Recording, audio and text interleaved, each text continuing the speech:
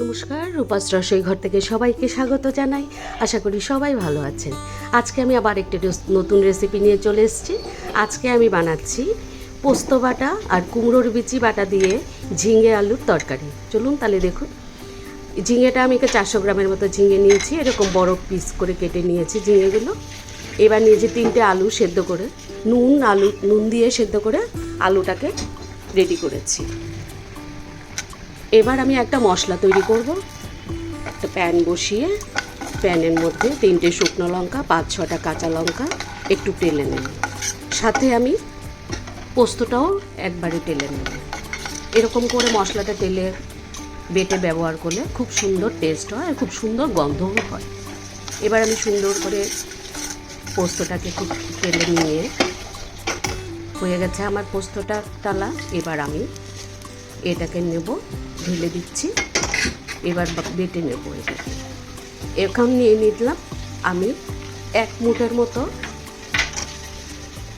কুমড়োর বিচি। এই কুমড়োর বিচিটা আমি সংগ্রহ করে রাখি, যখন পাকা কুমড়ো আনে এটাকে ছুলে বিচিটাকে শুকিয়ে তারপর তুলে রাখি। আমি এটাকে পেস্ট করে নেব। এবার গ্যাসে কড়াই বসিয়ে দিয়ে পরিমাণ মতো সাদা তেল দিয়ে দিচ্ছি। সাদা তেল দিয়ে আমি শুকনো লঙ্কা আর কালো জিরে ফোড়ন দেব।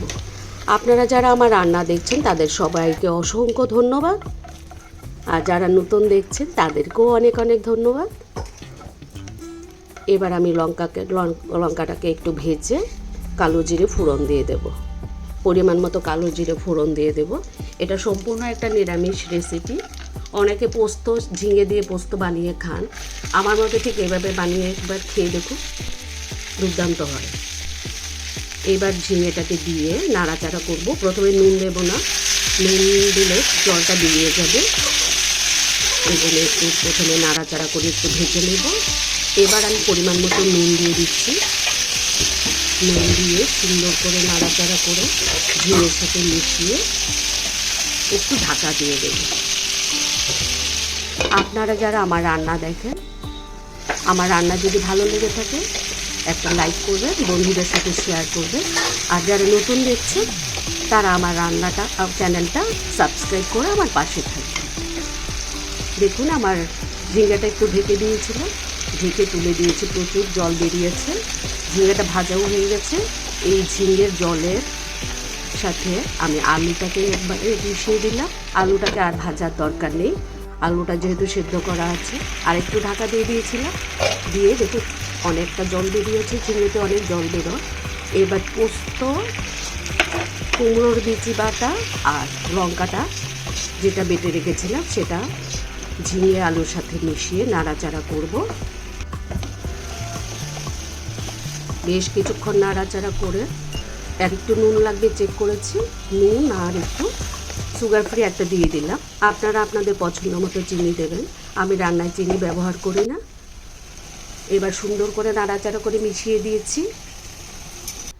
একটু ঢাকা দিয়ে দিয়েছি যাতে সবটা মশলার সাথে নুন চিনি সবটা খুব সুন্দর করে মাখা হয়ে যায়। এবার একটু পোস্ত বাটার যে প্যানটা, এটার থেকে ধুয়ে জলটা দিয়ে দিয়েছি। এখানে তো ঝোলের দরকার নেই, ওই পোস্ত বাটার পটটা ধুয়ে একটু জল দিয়ে দিলাম। দিয়ে আমার রান্নাটা মোটামুটি শেষের দিকে, সব কিছু সেদ্ধ হয়ে গেছে সুন্দর করে। দেখুন একদম তেল ছেড়ে দিয়েছে। এবার আমি এখানে সামান্য পরিমাণে বাটার ইউজ করব, আর দিব কয়েকটা আস্ত কাঁচা লঙ্কা। এই বাটারটা ইউজ করলে এই ঝিঙে আলু তরকারিটা দুর্দান্ত টেস্ট হয়। আপনারা যারা এখনও এভাবে বানিয়ে খাননি একবার খেয়ে দেখুন, খেয়ে আমাকে কমেন্টস করে জানাবেন।